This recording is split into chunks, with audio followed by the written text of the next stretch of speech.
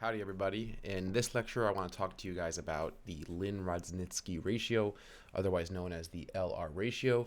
Not a lot of people know about it. It's a very interesting concept in Google Ads, very relevant to diagnosing the health of an account quickly. Before I tell you about the LR ratio, there's no real way to diagnose an account properly quickly.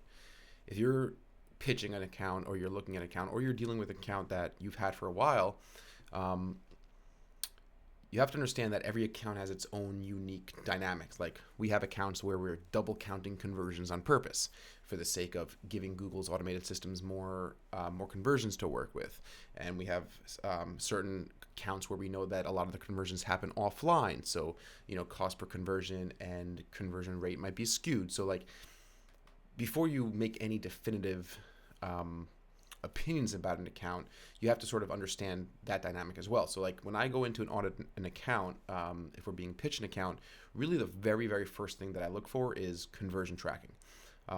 Is it set up and is it tracking properly? So like that's number one. If you're auditing an account that you're trying to get as a client, or you've gotten it as a client, you want to first look at conversion tracking. Is it set up properly? Is it tracking properly? And then you get a little bit more advanced with conversion tracking. Like, okay, what are the conversion actions that are being tracked? So are there, you counting sales? Are you pulling in revenue dynamically? If it's offline sales or if it's form submissions, let's say, that don't have a specific revenue attached to it, is the data there where you could attach revenue or conversion value to a form submission or a phone call? Is phone call tracking being tracked? Are conversions coming in through Google Analytics into Google Ads, or are they coming directly into Google Ads, which have different attribution models associated with them, right? So there's a lot of complicated things, but I always take a look at that first. But next up is the Lynn-Rodzynski ratio. It's named after the two founders of 3Q Digital, and it's a very simple, elegant formula to basically get a sense if,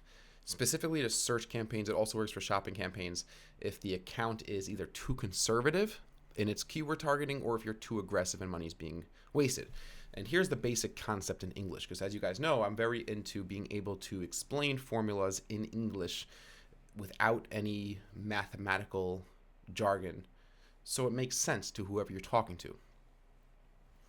So the idea is, when you're running a Google Ads account, is that you don't want to be too conservative. And what you mean by too conservative is that you're only bidding on the most obvious, cream of the crop, bottom of the funnel keywords, like branded search terms, maybe like some very obvious competitor terms, or say for example,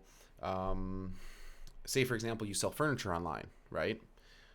Or you're a plumber. So for a plumber, like a really bottom of the funnel keyword would be like emergency plumber near me 24/7, right? So like they're expressing commercial intent. They're obviously looking for someone now. There's all those urgency, right? And if you're only bidding on search terms like that, you're probably missing out on other opportunities that could be profitable. Like maybe what to do if my pipes burst, right? So that might not convert at the same rate, but because it's less of a, let's say it's less of a commercial keyword, the cost per click will probably be less. So it doesn't really matter what the conversion rate is, right? Fundamentally, what matters is how much you're paying for a lead and how much you're paying for a customer. Well, how much you're paying for a customer really is what most fundamental matters, is what is most fundamental, because that's what ultimately decides your margins and your ROAS and, right, your return on your ad spend. So you don't want to be too conservative, because there's probably a lot of these other peripheral, I call them like peripheral keywords, or you can call them middle of the funnel, top of the funnel keywords. If you sell furniture online, it's an e-commerce, like, okay, so you might, blue velvet tufted sectional for sale online, right? That's a really, or let's say your IKEA. So people searching for IKEA, right? Branded search, or like really bottom of the funnel, very hyper specific, very high likelihood to convert. But you're probably missing out on a lot of other keywords, like, best online furniture stores for college dorm students. Like a lot of these other search terms. So you don't want to be too conservative, but you also don't want to be too aggressive at the same time. So you don't want to be spending a lot of money on search terms that aren't converting. In our Facebook group, I saw somebody post like, what percentage of search terms should you be spending money on that aren't converting? And this is basically an answer to that question, the Lynn-Rodzynski ratio. So you look at two metrics. you look at the CPA, the cost per conversion, the cost per acquisition. In Google Ads, CPA is referred to cost per conversion because you don't want to confuse it with CPC, which is cost per click. So you look at the CPA, the cost per conversion of all the search terms over a date range, and I typically look at 90 days, and you want to make sure that the 90-day window you're looking at has data, it has conversions, etc. So you look at the CPA of all search terms that have at least one conversion. Depending on your attribution model in Google Ads, you might have fractional conversions. So you might have a search term that has 0.5 conversions, and which is that's actually better when it comes to data analysis. So you could look at the CPA of all search terms that have greater than zero, at least 0.1 conversions, let's say. So the idea is the CPA of any search terms that have led to a conversion, even if it wasn't the last click before the conversion, right? You might be splitting credit of a conversion between a few different search terms depending on the attribution model you're using. So you get that CPA. The second number you look at is just simply the overall CPA of all the search terms in your campaigns. And it depends on if you're looking to diagnose the Lynn-Rodzinski ratio or that number for all search campaigns, and you take a look at the CPA in all search campaigns that have at least 0.1 conversions or more than zero conversions. And then you also look at the same CPA for all the search terms in all search campaigns. And you can do it at the campaign level as well. And the same thing for shopping campaigns. And the math is really simple. You take the CPA of all search terms in the account or the campaigns, whatever it is, whatever group of campaigns you're looking at. Let's just call it, all search campaigns to start, because that's the easiest way to look at it. So you take the CPA of all search terms in all search campaigns for the last 90 days, and you divide it by the CPA of all search terms that have greater than zero conversions. And let's talk about that in English, what you're really looking at there. So let's say you get 1, right? Let's say the result of that formula is 1.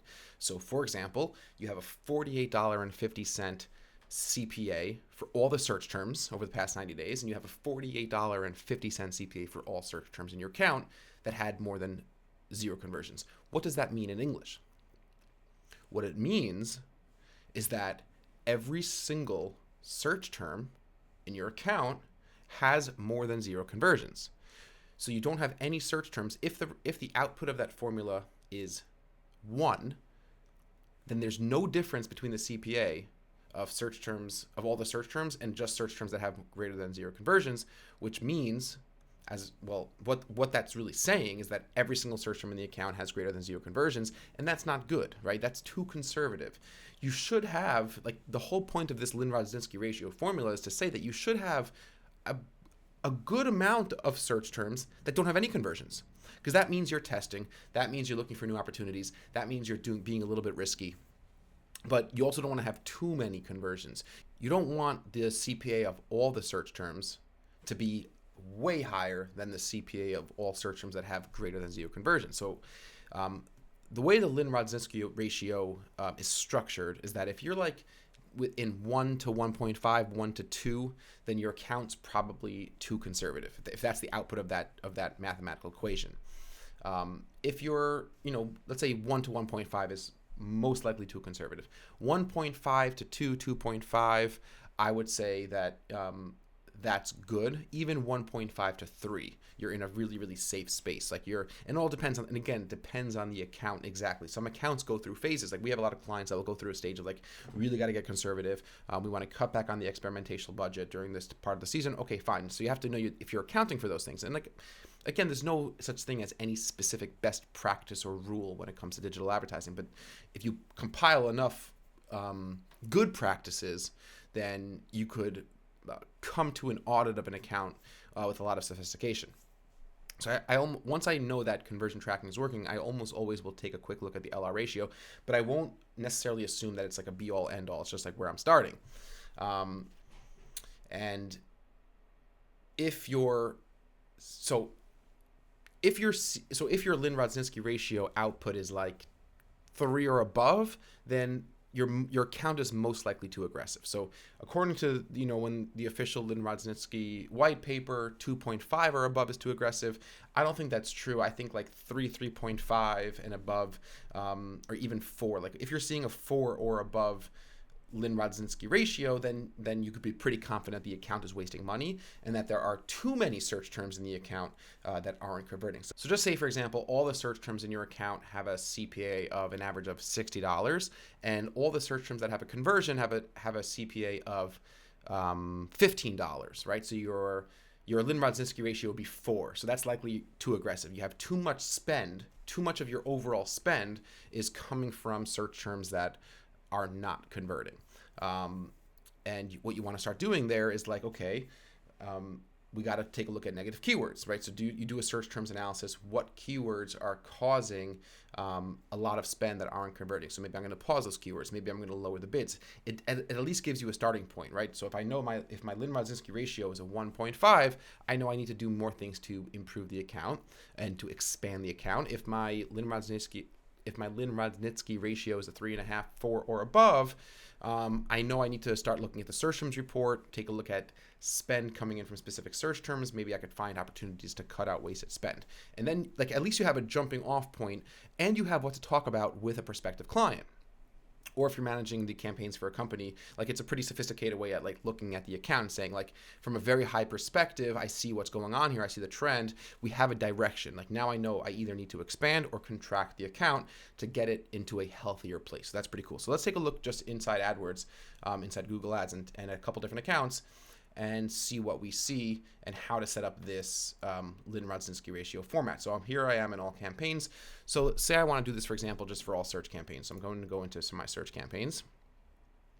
And I can get a sense, obviously you have to have your cost per conversion column added, and you want to make sure that conversion tracking is working. And this is an account that I happen to know is a little bit on the aggressive side, but that's on purpose just because of the dynamics of this business. Anyway, so I see that all search campaigns have a CPA of 199.16. All right, and just to pause, a lot of people will ask me, well, should you remove branded search terms from your Lynn-Rodzinski ratio formula? And I don't think you should, because part of accounting for the ratio is branded search, is like really bottom of the funnel search terms that are going to convert. So the idea that having a 2.5, 3 LR ratio output being okay accounts for the fact that a lot of your traffic, or some of your traffic, is going to be branded, and you're going to have some of that very bottom of the funnel traffic in there. So anyway, getting back to Google Ads, so I see we have a 199, basically a $200 CPA for all search campaigns.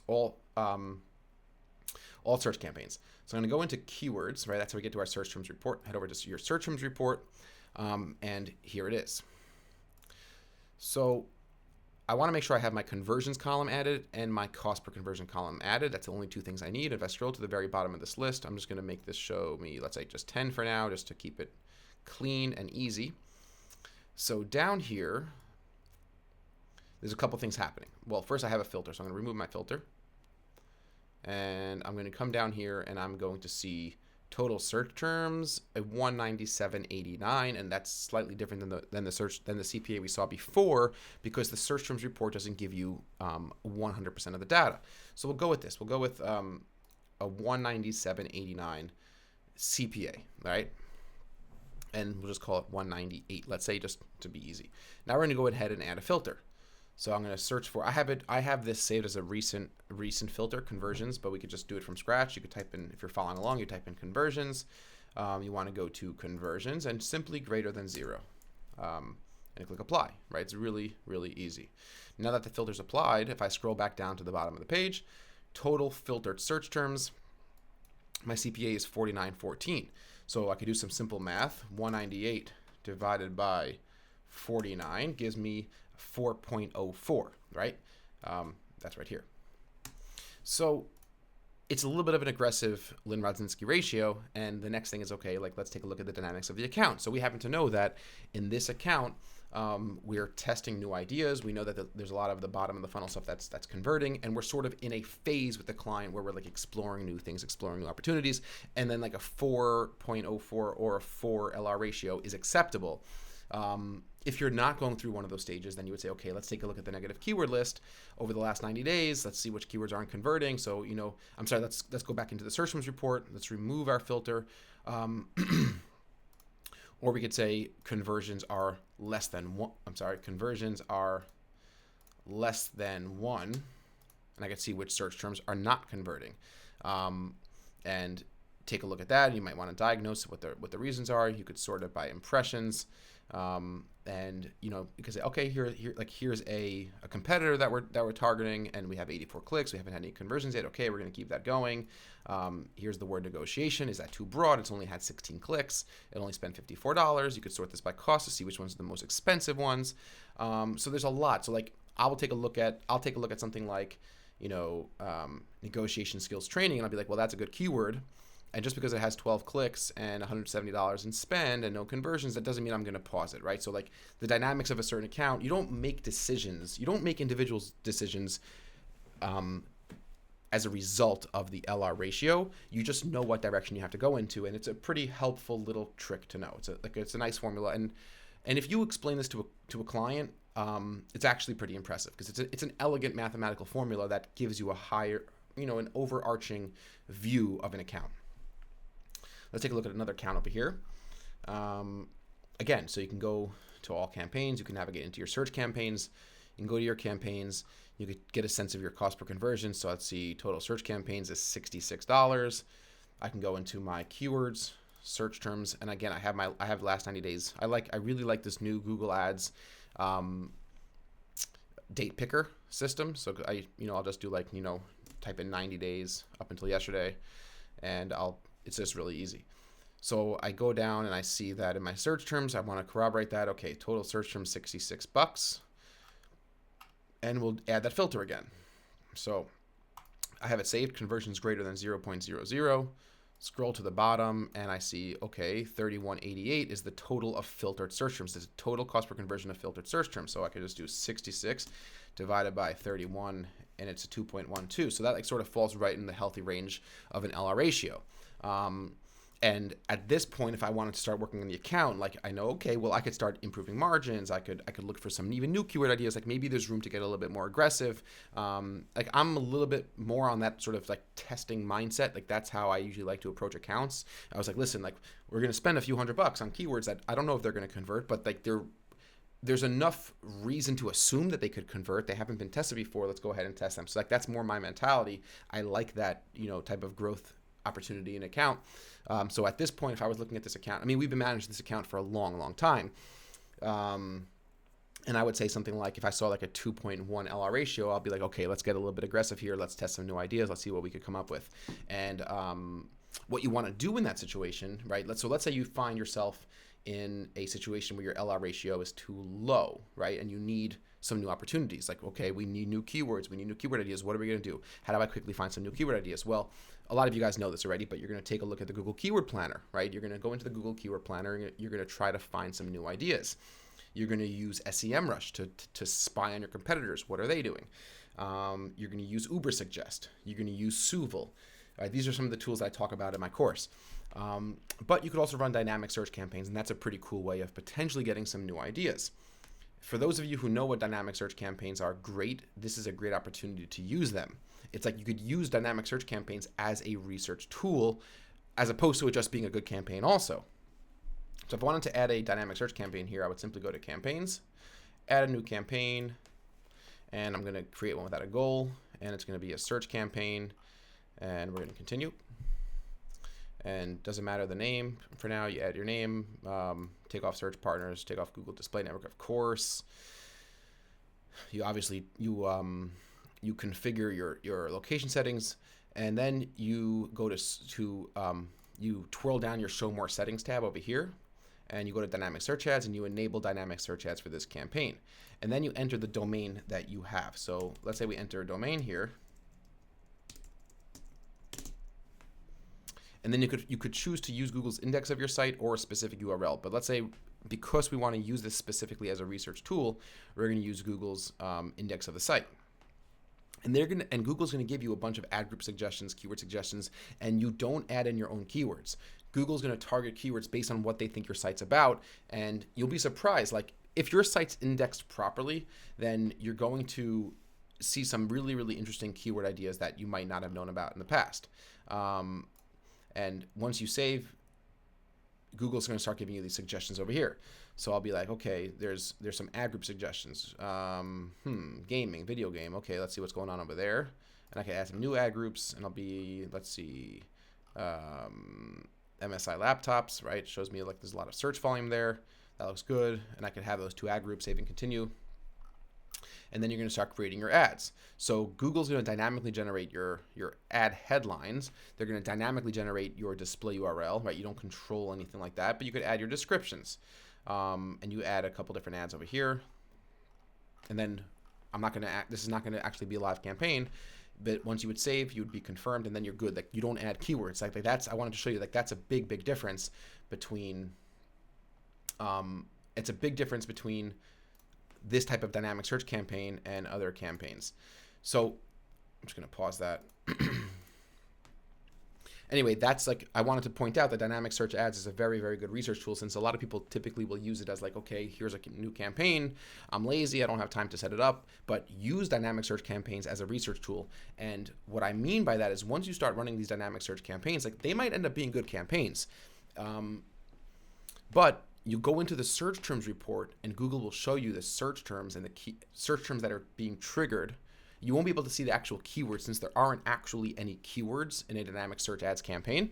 But you'll go into the search terms report, and you'll take a look, and you'll see like, oh wow, like, look at all these different search terms. Are any of these good? Do I want to now take any of these search terms and put them in one of my actual search campaigns that either have a maximum CPC bidding strategy or a target CPA bidding strategy, where I'm writing my own ads and I have more control over the targeting, etc. And that would be a great thing to do. We do that all the time. Let me show you one other campaign over here and show you how this could be used for shopping. So let's say we go into our shopping campaigns, take a look at shopping, and you don't have to do this for all shopping campaigns, right? Let's say I want to take a look at my LR ratio for one shopping campaign. So if you have a really big account, maybe you're working on these things like piecemeal, so to speak. So I'll take a look at one of these campaigns to start. Let's say you don't have to do your LR ratio analysis account wide. So I'll take a look at, let's say, this campaign here. I'll go into the shopping campaign. I'll go to keywords. I'll go to search terms. And I'm going to scroll down to the bottom and take a look at my cost per conversion for these search terms, which is $8.46. Oh, I'm sorry, that's filtered. So I'm going to remove the filter. And I see that I have a $9.69 average CPA for all search terms. And again, the reason why you have to remove the filter and then add the filter manually instead of just comparing the total campaign number, because oftentimes in the search terms report, the CPA of the visible search terms is significantly different than the CPA of the entire account, because this number is being calculated from all this data that's visible to you, and this number down here, 979 for the total campaign, is actually being calculated based on the total amount of campaign conversions and the cost per conversion, and the cost. That's how they're outputting it. But anyway, so in this case, it happens to be pretty close enough to get an LR ratio, which is imperfect science anyway. But typically I'll just remember this number 969, and I'll go ahead and add my filter, conversions greater than 0. Scroll down and I see 846. So I do 9.69 divided by 8.46, and we already know that's going to be too conservative, so 1.14. So I'll be like, okay, like, this is a really conservative shopping campaign. Maybe we add some dynamic search campaigns. I'm going to go into Google Keyword Planner. I'm going to try to find some new opportunities here. So anyway, that's the LR ratio. It's very interesting. It's a really good, quick tip to get a sense of the health of an account. I use it all the time. It's not like a be-all, end-all rule. It doesn't tell you exactly what to do. It doesn't give you any specifics about the account, but it's like an overall quick health check. If you had 2 minutes to do a quick analysis, you get your LR ratio. Of course, you have to remember that conversion. You have to remember that it's necessary for conversion tracking to be tracking properly in order to get a proper LR ratio. Just to review, if you're getting a 1 to 1.5, your account's likely too conservative, not for sure. Like, I'm not an advocate of like any hard and fast rules. But 1 to 1.5, you're likely conservative. 1.5 to 3 to 3.5, you're probably okay. There's no overt errors. 3.5, 4, and above, there's likely certain areas of the account that are just bleeding money, and there's probably some very easy, quick wins by either adding some more negative keywords, lowering the bids, maybe traffic sculpting certain keywords into other ad groups, etc. But you should definitely use it, record it. Get comfortable. You take the CPA of all search terms divided by the CPA of all search terms with greater than 0 conversions. And you can do that again at the all search campaigns level, all shopping campaigns level, a specific search campaign, or ad group, or a specific shopping campaign, and it's pretty cool. So I hope you guys use it. Let me know how it goes if you're interested. And remember, like, I won't know what to do if your LR ratio is a 6, because and you won't know what to do just if your LR ratio is a 6. The point is, if you see your LR ratio as a 6 or a 7, you know where you need to start investigating. You know what you need to start doing to start actually improving the account and maybe reining things in. You know that if you see an LR ratio of 1 or 1.2, you'll be like, wow, that's pretty conservative. There must be some opportunities out there. Let me go find them. And then you go find them. Anyway, I hope it's very useful to you. I'm excited for you guys to use the LR ratio in your own client proposals and account optimizations and account audits. And I'll talk to you guys soon in the next lecture.